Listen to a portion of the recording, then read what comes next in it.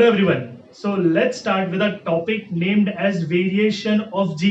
अरे g मतलब g is acceleration due to gravity, जो हमने लास्ट लेक्चर में पढ़ा था. अगर नहीं पढ़ा है YouTube पे जाओ, वापस सर्च करो gravitation lecture 6 Prajapati science classes, आपको वीडियो मिलेगा. एक बार देख के वापस आओ इधर, ठीक है.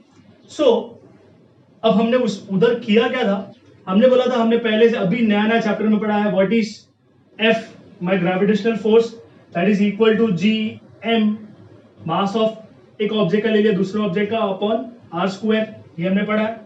और हमने बचपन से एक और फॉर्मूला पढ़ा है F is equal to M A, जो अगर हम नीचे अर्थ का सरफेस कंसिडर करेंगे तो इट विल बी एम जी.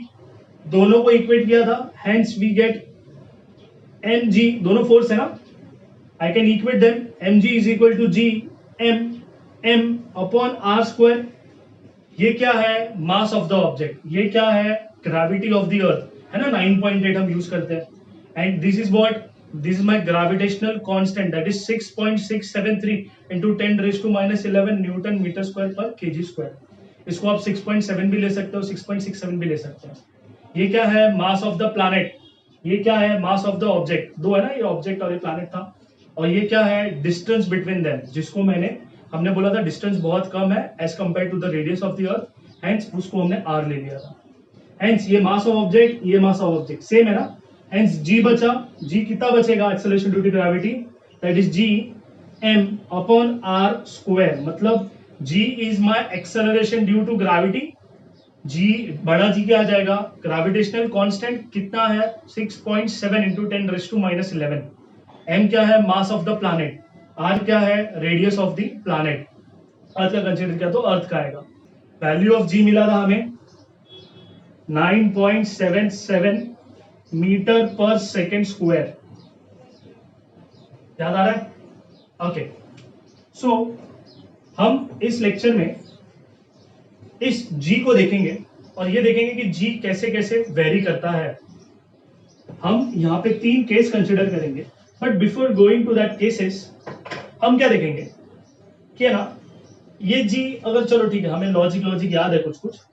अगर मैं बोली ये तो जी तो कांस्टेंट हो गया, अगर मैंने बोला ये रेडियस ऑफ द अर्थ भी कांस्टेंट है और सिर्फ मैंने मास बढ़ाया तो ग्रेविटी क्या होगा, इंक्रीज होगा. अरे हमने पढ़ा है ना कि इक्वल टू, और ये कांस्टेंट अपॉन कांस्टेंट, एक नया कांस्टेंट आ गया, तो ये हो गया g is directly proportional to M. तो अगर m बढ़ेगा, अगर ये m बढ़ा तो g भी बढ़ेगा. इन सिमिलर मैनर मैं इस दूसरे मार्कर से लिखता हूं. अगर मैंने बोला कि g भी कांस्टेंट है, g तो कांस्टेंट ही है ना, बड़ा g तो, और ये मास ऑफ द अर्थ भी कांस्टेंट ले लिया.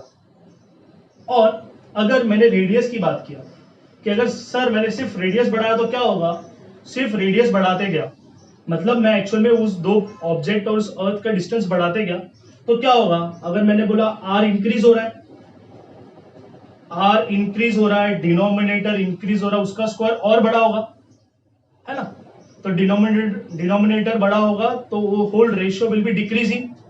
हेंस ये रेशियो डिक्रीज हो, ये पूरा रेशियो डिक्रीज होने लगेगा. हेंस अगर इनवर्सली कोई भी चीज इंक्रीज होती है तो ग्रेविटी विल डिक्रीज. समझा, ये सिंपल चीज है ना, ये लॉजिक है, ये हमको आगे वाले पार्ट में काम आएगा. एक बार नहीं आया है, रिवाइंड द वीडियो, जस्ट वापस एक बार देख लो. Okay, now let's start with our topic named as variation of g. Variation of g. अरे जी मतलब एक्सेलरेशन ड्यू टू ग्रेविटी. अब इसमें कैसा है, इसमें हम है ना अज्यूम करेंगे कि ना हम अर्थ के सरफेस पे चल रहे हैं, हम अर्थ से ऊपर ऊपर दूर दूर दूर जा रहे हैं, या फिर हम अर्थ के अंदर जा रहे हैं, तो हमारी ग्रेविटी चेंज होनी चाहिए. So let's see in this part of the video. अब हमने बोला, फर्स्ट पॉइंट हमने कंसीडर किया है. अब फर्स्ट पार्ट मैंने कंसीडर किया है that if we go along the surface of the earth, surface of earth, इसका मतलब सरफेस ऑफ द अर्थ मतलब मैंने अर्थ लिया, अर्थ, अब इस अर्थ के मैं एक पॉइंट से दूसरे पॉइंट पे जा रहा हूं, मतलब इसमें हमने 2 पॉइंट कंसीडर किए हैं, that first point is at equator और मैं ऐसे मूव करते करते ऐसे पोल तक जा रहा हूं, ठीक है। अब वो लोग ने बोला कि अगर मैं इक्वेटर से पोल, पोल से फिर से इक्वेटर, इक्वेटर से पोल पे आया तो ग्रेविटी में डिफरेंस आएगा।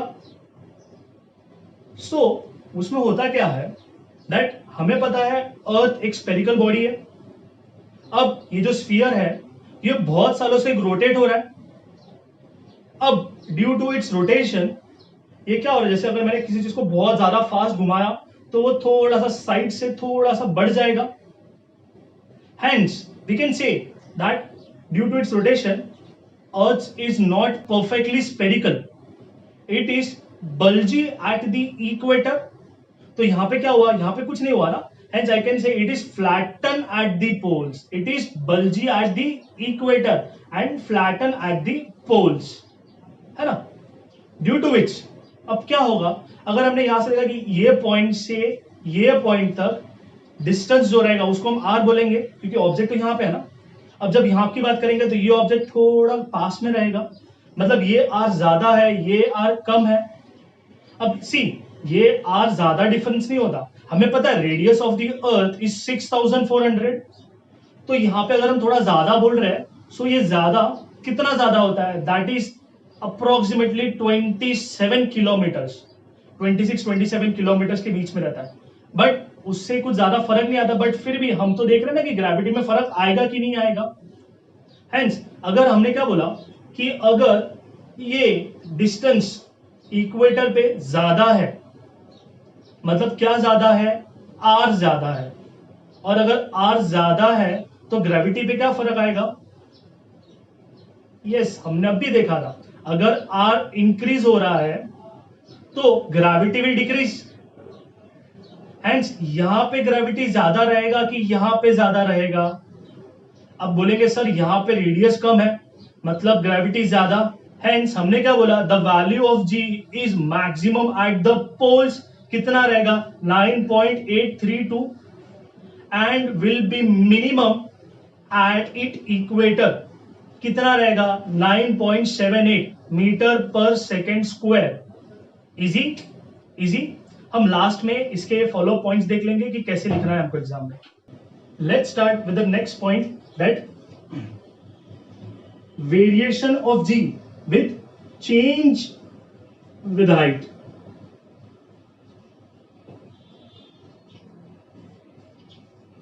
इसका मतलब अगर मैं अर्थ सरफेस के ऊपर से अगर मैं उसका ऑब्जेक्ट का हाइट बढ़ाता हूं तो उस पर कितनी ग्रेविटी एक्ट होती है। अगर हमने बोला सरफेस से ऑब्जेक्ट को फेंका तो उस पर ग्रेविटी कितनी लगाते हैं हम, 9.8 मीटर पर सेकेंड स्क्वायर, हमने पहले से पढ़ा है। और इस लेक्चर में इस चैप्टर में हमने देखा है कि यहाँ पे 9.77 मीटर पर सेकेंड स्क्वायर भी लेते हैं।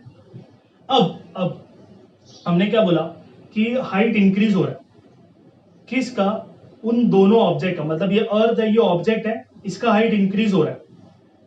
अब एज हाइट इंक्रीजेज, मैं बोलूं उन दोनों के बीच में डिस्टेंस इंक्रीज होगा, that means the distance that is I can say R increase हो रहा है।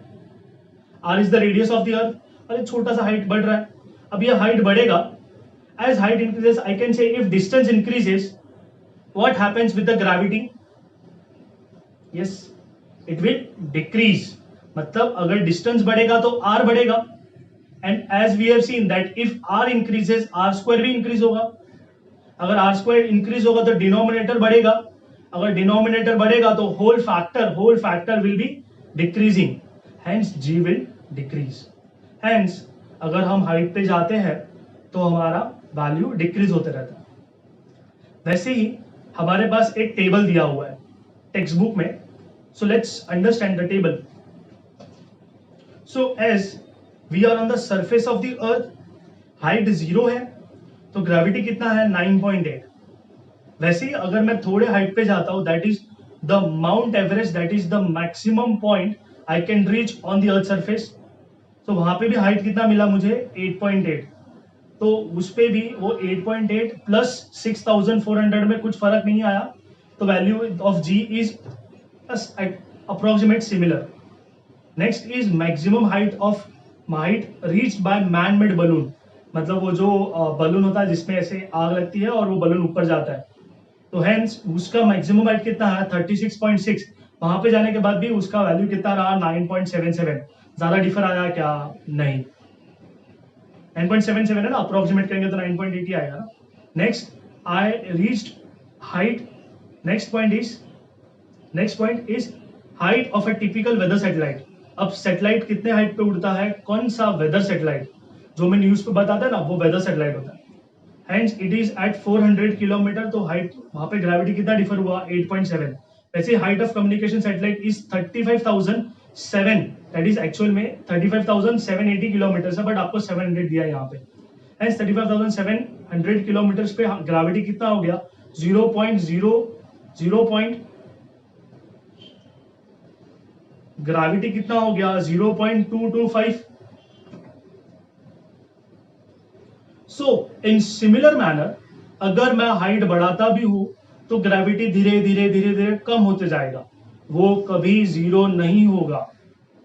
मार्क माय वर्ड्स, वो कभी जीरो नहीं होगा, वो 0.00001 कुछ ना कुछ रहेगा, बट रहेगा जरूर। Okay okay, fine fine. Let's move to the third point, that is my change with depth. That is my third point as change with depth। अब क्या change with depth, variation of ji with the change with depth. अब मैंने क्या किया, मैंने ये object लिया और मैंने यहां पे अज्यूम करो ऐसे खोल कर दिया तो वो अंदर जाएगा। अब try to understand this is very very important. अब सुनो, अब मैंने ये अर्थ कंसिडर किया और एक मैंने ऑब्जेक्ट ले लिया, ठीक है। अब ये ऑब्जेक्ट कहां जाने का ट्राई करेगा, इनवर्ड्स। हर एक ऑब्जेक्ट इनवर्ड जाने का ट्राई करेगा, मतलब ये किधर जाने का ट्राई कर रहा है एक्चुअल में, they all are moving towards the centre of the earth, है ना। सबका ऐसा लाइन बनाएंगे तो सब सेंटर में जा रहे हैं। यस। अब इसमें हम देखते हैं कि हमने अगर इसका डेप्थ इंक्रीज किया, मतलब अगर मैं अंदर जा रहा हूं तो क्या होगा।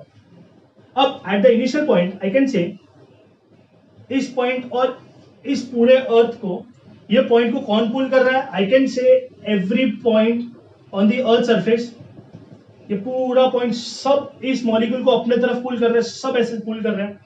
हेंस ये क्या करेगा, ये अंदर जाने का ट्राई करेगा, हेंस वो थोड़ा सा अंदर पहुंच जाएगा। अज्यूम करो इतना मैंने खड्डा कर दिया तो ये पार्टिकल यहां पे पहुंच गया। अब let's understand the situation.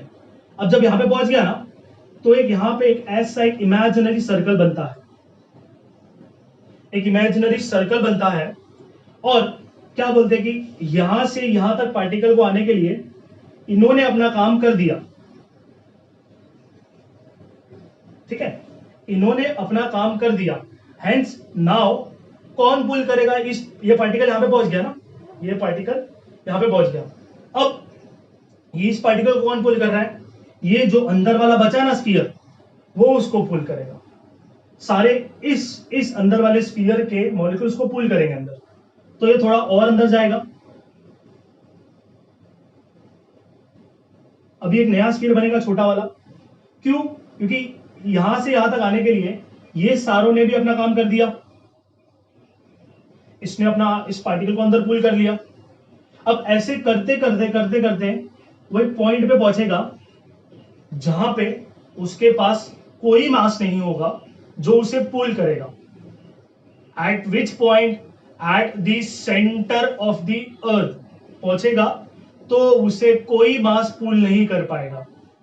Hence I can से द वेरिएशन, अगर हम डेप्थ के अंदर जाएंगे, so the mass under consideration is decreases. पहले तो यहां पे देखा तो पूरा मास था, पुल कर रहा था, अंदर आ गया तो ये mass under consideration which is actually pulling the molecule या pulling the object inside the earth, वो मास अंडर कंसिडरेशन डिक्रीज होते जा रहा है। ऐसे पॉइंट पे जाते जाते जाते एक पॉइंट ऐसा मिलेगा जहां पे उसे कोई पुल नहीं कर पाएगा। मतलब यहां पे सरफेस ऑफ द अर्थ पे ग्रेविटी मैक्सिमम पुल करेगी और जब यहां पे पहुंचेगा थोड़ा कम हो जाएगा। यहाँ पे पहुंचेगा थोड़ा और कम हो जाएगा, बिकॉज एज वी नो अगर मास कम होता है तो ग्रेविटी भी रिड्यूस होते पुल भी रिड्यूस होते जाता है, hence due to which acceleration due to gravity also changes. So I can say as ये डेप्थ है ना और धीरे धीरे डेप्थ बढ़ रही है, so I can say as depth increases, as ऐसे लिखो डी इंक्रीजेस, डी इंक्रीज हो रहा है मतलब आई कैन से वो जो नीचे आर का जो वैल्यू था वो कम हो रहा है ना, आर छोटा छोटा छोटा, हेंस अगर हमने जैसे अपने सर पहले बोला था कि सर जैसे आर रिड्यूस होगा तो ग्रेविटी इंक्रीज होगा, but here what this concept says as that the as you go inside the earth mass under consideration decreases, मतलब आर तो रिड्यूस हो रहा है उसके साथ मास भी रिड्यूस हो रहा है, एक पॉइंट ऐसा आएगा आर एकदम जीरो हो जाएगा, ये ऊपर भी जीरो हो जाएगा, hence gravity will be zero. Hence हमें एक क्वेश्चन दिया है that what is the gravity eight the centre of the earth, hence it will B zero. या फिर हमें गिव रीजन भी दे सकते हैं वो लोग बोलेंगे why the gravity of the earth at the centre is zero, क्यों zero, because I can say mass under consideration is zero. समझ रहा है, समझा ये तीन पॉइंट समझा कि हमें सर ये आपने बता दिया तीन points, that is variation of g along the surface of the earth, variation of g change with height और variation of ji with the change with depth. अब एग्जाम में क्या होगा, शायद तुमको एक दे दे एक्सप्लेन करने के लिए, लास्ट वाला दे दे, क्योंकि मास अंडर कंसिडरेशन ये जो कॉन्सेप्ट है वो बहुत इंपॉर्टेंट है, शायद इसके लिए हमको ये एग्जाम में आ जाए, है ना। तो हम तीनों के लिए एक पॉइंट देख लेते हैं जो कि हमारे नोट्स में भी दिया हुआ है। Let's see, question is variation in the value of G. So the value of G varies based on the following. A point क्या लिखा है, along the surface of the earth the earth is not perfectly spherical, it is bulgy at the equator and flatten at the poles due to its rotation, the radius is highest at the equator and least at the poles। कितना difference आएगा, approximately 27 kilometres, हमारे syllabus में नहीं है, so just आपके reference के लिए, आपकी नॉलेज के लिए मैंने एक वैल्यू दे दिया। So the next point, the value of G is highest at the poles, that is 9.832 meter per second square, and the value of G is least at equator, that is 9.78 meter per second square. Next is B, that is change with height. As height increases, value of G decreases, the change is negligible for height smaller than the radius of the earth। अब इस point को समझते हैं, and जैसे मैं धीरे धीरे बढ़ते जाऊंगा, अगर जब तक मेरा हाइट जो अर्थ सरफेस से जो हाइट है मेरा वो रेडियस के इक्वल नहीं होता, मतलब ये 6400 है ना, तो हाइट भी 6400 तक नहीं हो, जब तक नहीं आएगा ना तब तक हम वैल्यू ऑफ जी में डिफरेंस कंसिडर नहीं करते। Okay next point is change with depth. As depth increases value of G decreases, this is because as we go inside the earth the mass under consideration decreases, hence the value of G decreases। So these are the 3 points for this variation of G। Easy है? So in the next lecture we will be dealing with our mass and weight, which will be very very important. Till then, thank you so much and keep practicing. Bye.